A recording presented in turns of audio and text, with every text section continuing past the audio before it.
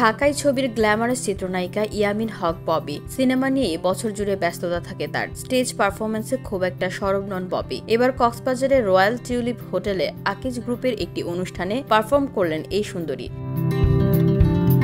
সোমবার রাতে সেখানে একটি অনুষ্ঠানে নাচের পারফর্ম করে মঙ্গলবার দুপুরে ঢাকায় ফিরেছেন ববি। এদিকে বউ নামে একটি সিনেমার শুটিং শেষ করেছেন তিনি। এখন শুধু গানের শুটিং বাকি বলে জানান।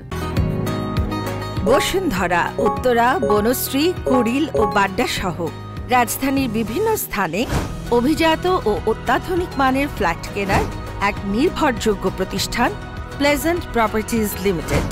তাই আপনার স্বপ্নের আবাসনের জন্য আজই যোগাযোগ করুন। Pleasant Properties Limited, where destiny matures eventually. মে মাসের প্রথম সপ্তাহেই শিরোনাম নামে একটি নতুন সিনেমার শুটিং শুরু করতে যাচ্ছেন ববি। এতে তার বিপরীতে দেখা যাবে চিত্রনায়ক নীরবকে। এছাড়া ববির হাতে আরও কিছু সিনেমা ও বিজ্ঞাপনের কাজ রয়েছে। চলতি কাজ শেষ করেই নতুন কাজের ঘোষণা দেবেন বলে জানিয়েছেন তিনি। VOD Bangla news desk.